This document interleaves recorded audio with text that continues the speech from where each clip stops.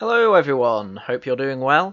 If you live in the UK or follow UK news, you will have seen many headlines over the past week or so about A-level and GCSE results in the UK. For those outside of the UK, our GCSEs are our 15 to 16-year-olds exams. It's essentially the results that only matter for trying to get into sixth form, college or high school. We seem to have all three names for what I called sixth form, so when you're 17, 18. And then there is where you do your A-levels, or if you don't do A-levels, you do a thing called BTECs.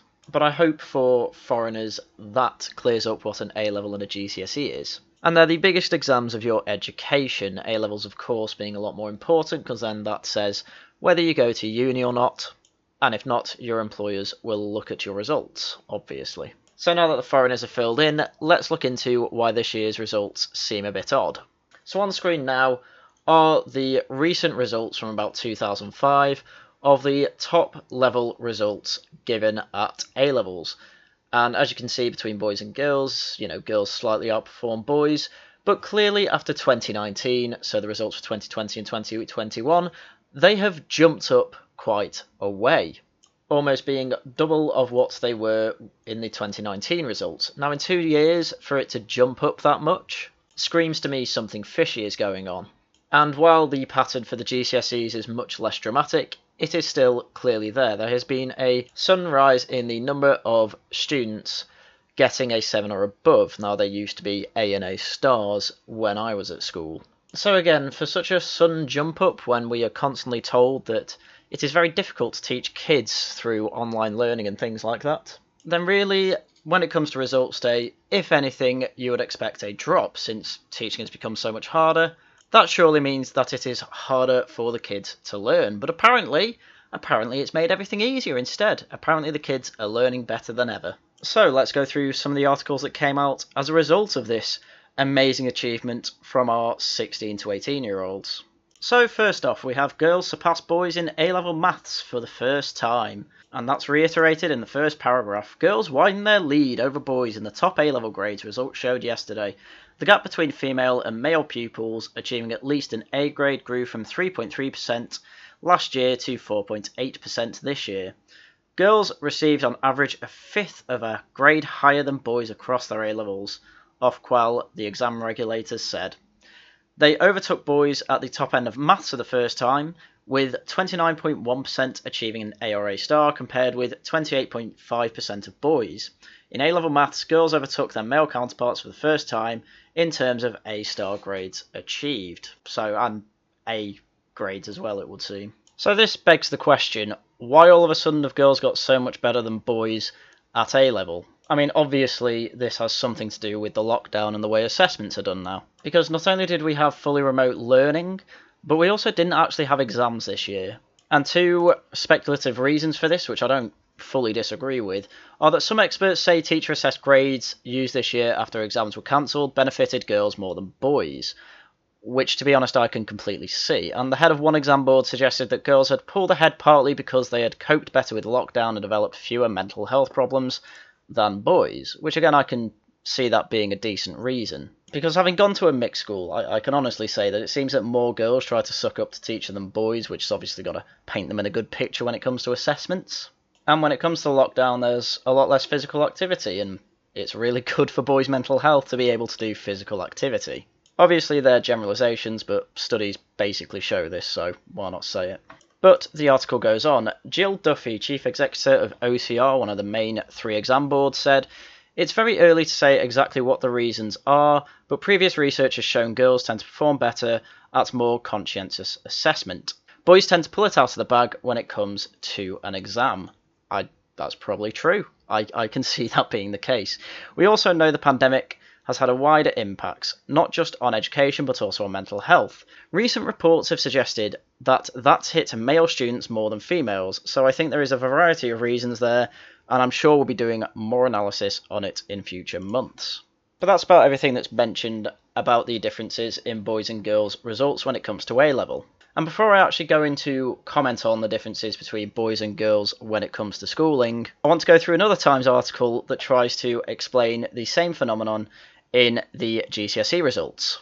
This is how that one's titled: GCSE results suggest girls are just cleverer, says expert. Yes, this is where we are going to trust the experts.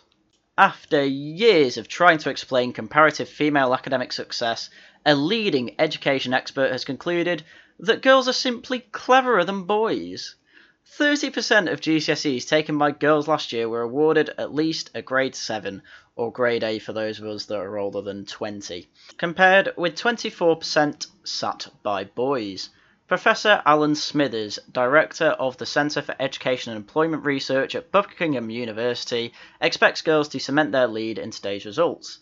It's striking how well girls do, and how well they have done since the inception of GCSEs in 1988, he wrote in a report. Yes, what could have changed in 1988 with the inception of GCSEs? Because from what I understand, the change from O-levels to GCSEs is basically that they were a lot less exam-orientated and a lot more assessment-orientated. Which, as the A-level article said, girls are more conscientious at that age, so are better with the controlled assessments. While they were called controlled assessments when I was at school, they used to be called coursework. It's essentially work that is done over a few weeks and handed in for assessment, rather than an exam which is set for an hour or two, with questions ranging from simple one-word answers to entire essays. Whereas controlled assessments were relatively large pieces of work depending on what you were doing, and they were relatively large essays. We're talking about 10 pages or so pretty big stuff. But no, apparently girls are just smarter.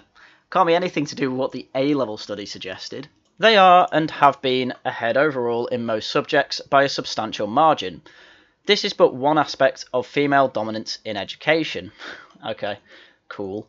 The data was rarely taken at face value but instead explained away. Smithers said, when it emerged that girls did better at the 11 plus selection test, so that more had to be admitted to grammar schools, it was explained away as them maturing faster. Since few continued in education after the age of 15 or 16, it was assumed they peaked early. I don't know what year those studies were done, but I can't think of a time where majority of girls stopped education at 15 and 16. He must be talking years ago. We're talking like 60s or 70s, and I don't even think that's quite there. When girls leapt ahead at GCSE, he said this was attributed to the modular structure of the course, which favoured their conscientious approach. And when GCSEs were reformed to be more like O-levels, the girls' lead was dented only slightly. So it turns out what I said before was correct. The more you focus on coursework and control assessments, the better girls do. The more you focus on exams, the better boys do. So your ideal scenario is to have about 50-50 each way, or something like that, which from what I remember was the case for most of the subjects I took. So why then Smithers is saying, oh no, it's just because girls are smarter than boys, is beyond me. This is literally ignoring data. But he goes on to say this. Now with teacher assessment, girls have gone further ahead, and it has been suggested that this is because teachers favour them. On the strength of their superior performance in schools, girls are more likely to go to university. In 1980 they were outnumbered by 3-2, but 40 years on has been a complete reversal. Why then does it seem so difficult to accept that females are cleverer? I don't know. Probably because when changes to assessment comes, changes between boy and girl attainment changes. So if we had just kept everything as exams, it would seem that boys are cleverer than girls, but if then we focus more on making everything a controlled assessment, then girls seem cleverer than boys. It's a very low resolution and very, very dumb way to take the data. Smithers said this could be because historically girls tended to fade away in adult life, possibly because of the script society wrote for them. Oh, fuck off. He said that it was also perfectly possible for women to do better on average, but there to be more men at the pinnacle. That is also true, to be fair. That last bit isn't wrong. But all he's really done is made a correlation and causation argument from what I can tell. Nothing's been cited. He's not said studies show they're clever. He's not said anything like that. He's just said, yeah, I think they're cleverer than girls. Why is that so hard to believe? Sexist? That's basically all that's been said here, and it's ridiculous. Because he even points out that there's complete reversal in trends when it comes, for instance, going to university, or when it comes to exam results or controlled assessment results or things like that. He accepts the reversals. And yet says, yeah, well, girls are doing better now, must be because they're smarter.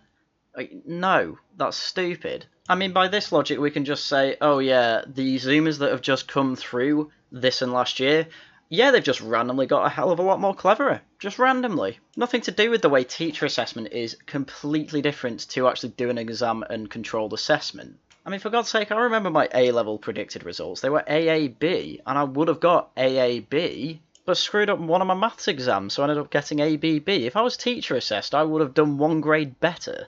So yeah, I know it's an anecdote and all that, but really, most people I know didn't do better than their predicted grades. And I can honestly see something like this happening if we had teacher assessment back when I did my A-levels and GCSEs. But no, this new generation must just be cleverer than I was. That's what Smithers tells me anyway. So obviously this massive upswing in really, really clever 16 to 18-year-olds has caused quite the issue for universities in sixth forms. A-level results. Universities will have to fill gaps in schooling, which doesn't make sense. Like, how are we getting smarter kids getting better grades, and yet there's bigger gaps in knowledge? Teenagers will head to university with gaps in their education and need support during degree courses, the government's former Education Recovery Czar has said. Sir Kevin Collins said that the headline figures of the high A-level grades masked inequality and missing knowledge. 19% of A-level entries were graded A-star and 45% at least in A in this year's results. Collins quit as Education Recovery Commissioner in June when his £15 billion plan to tackle the impact of school closure in England during the national lockdown was rejected by Boris Johnson. Collins wrote a column in The Times at that time saying that he had been left with no option but to resign. So there you go, this seems to be an actual civil servant with principle. You know, that is one thing I've never seen before. But I think this has to be one of the most ridiculous ways to grade I've ever seen in my life. I didn't know the detail of this, and I have just read it. So pupils this year have been assessed on what their teachers managed to cover, rather than on the whole syllabus, to make the system fairer for those who miss school through no fault of their own. Some children missed a chunk of the syllabus and were graded on what they were taught, not on what they missed. But what they haven't been taught is going to be essential for some degrees, Colin added.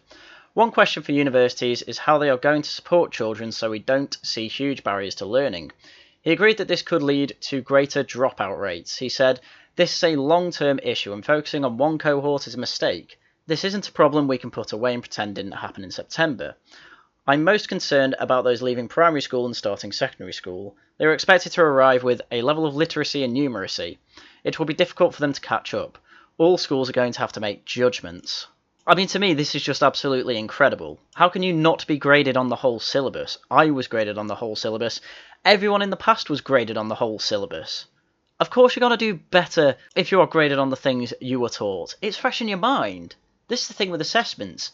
We must have had over a month's study leave before we actually had our first exam. That's only fresh in your mind if you actually revise and prepare for the exam, which obviously everyone didn't do. But obviously if students are only being assessed on parts of the syllabus they have been taught, and it's only recently that they have been taught it, of course you're going to get a massive upswing of the highest grades. But it doesn't actually represent what they know, which is the point in these assessments. This is ridiculous. No wonder they're causing issues. Of the much higher results, on average, at private schools, he said it was hard to judge whether they were justified until more detailed data was available. He said, "We know that many children at independent schools receive fantastic support through the pandemic. They had resources to do that. Some others received a much reduced educational experience." Well, that's always going to happen between private schools and state schools anyway. Suggestions that A-levels could be graded numerically were appealing, he said, because it would recalibrate the qualification and tackle grade inflation. But he said the problem with grading is going to take time to unravel. The underlying system is really important rather than how we work out the grading at A-levels and GCSEs. It gets you out of the particular problem of how you allocate grades, but doesn't address how much learning loss has to be suffered. I mean, as far as I can tell, this expert has basically just said that these grades are absolutely useless, or at least until we get more specific data. But as I say, this causes a huge issue because generally the whole point of these assessments is that a university or a sixth form, if you're doing GCSEs, can look at these results and go, oh wow, this student knows the syllabus of A-level maths, let's say, up to an A. So we can assume with their knowledge that they have a good understanding of this whole syllabus. Whereas now they can't even do that because it's based off what they've been taught. They don't know how much of the syllabus they've actually missed off because it's going to depend on school to school. And ultimately, the university is going to have to put a lot of work in to, one, understand what is missing in students' education and knowledge, and then put the resources in to actually teach something that they should already know. And obviously, there are articles that go into that. As this one goes through, for example, calls for urgent A-levels overhaul as exam grades soar. 70% of private school entries A or higher as Williamson at risk after a series of missteps. Over 70% of people got A or above when it came to their A-levels at private schools. Having been to one, I know that that is simply impossible. The credibility of the A-level system risks being undermined by soaring grades, inflation. Politicians and education experts warned after yesterday's unprecedented results. Yeah, no duh. Experts said that urgent reform of the system was needed, with Tory MPs and the Vice-Chancellor among those calling for sweeping changes. Robert Haflon, the Tory chairman of the Education Select Committee, said that A-levels should be replaced with the International Baccalaureate. It sounds foreign and I don't want it. Baccalaureate? I've never even heard of that. Graham Galbraith, who runs Portsmouth University, said that inaction could lead to more universities setting their own entrance tests, which could benefit teenagers from wealthier families.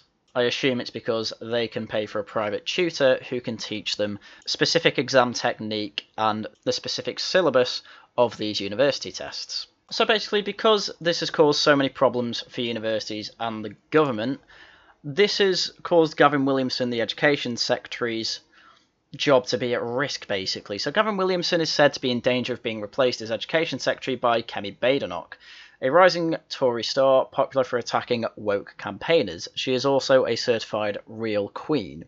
The Equalities Minister, who serves in the Treasury, is being lined up as part of Boris Johnson's next reshuffle, several sources say. A separate government source suggested that reform of A-levels could be on the cards, including shifting the grading system of 9 to 1 used in GCSEs. The source said no one wants to see grade inflation. Moving to the numerical system would be a way of breaking this link. How to implement that is being discussed. But as I showed before, when it came to the GCSEs moving to this numerical system, grade inflation still occurs. And if a 7 is just equivalent to an A anyway, who the hell cares? I mean, I don't care if it's a numerical system or a lettering system. My point is that why is that a reform if you're just using a different symbol for what you grade? If a 7 is equivalent to an A anyway, people will just refer to 7s as A's, like I have throughout this video. And the rest of the article just has people from Labour saying that, oh, there's a lot of inequality going on, oh, inequality and things like that. I mean, if you're interested in that, go read it, but I'm not going through it in this video. Because I've made my point, these results seem to be absolutely useless, especially finding out the way they've actually graded it. I thought they'd assess them at least on the whole syllabus. Turns out that's not even true. These grades are not worth the paper they are written on at this rate, especially with everyone saying, well, there's clear need for reform, there's clear grade inflation, and clearly universities may have to start setting their own tests instead of using the A-levels, which is the whole point in the A-levels. But I think my favourite reaction to all this A-level stuff has to come from The Guardian, from the cartoonist Ben Jennings. He put this picture up of 4 very diverse children jumping up at their results with a massive forest fire going on in the background saying bright futures, obviously saying that the climate crisis is so bad that who cares what grades are. It's just this whole negative view on the whole of life, where clearly nothing matters more than climate change at this point, despite the fact that the IPCC report for this year came out recently. Apparently we're just following trends that we always had anyway. And I mean, it is for a completely different video going through the IPCC report, but nowhere in the report does it say that we are actually on the way to a doomsday, as this cartoon would suggest. Anyway, that is all I had from you today. If you do happen to be one of those people that have recently done their GCSEs and A-levels and got their results, very well done to you. It's a shame you might have to be completely assessed again because your grades are pointless. Having said that, I don't want to downplay the work you did, so again, well done.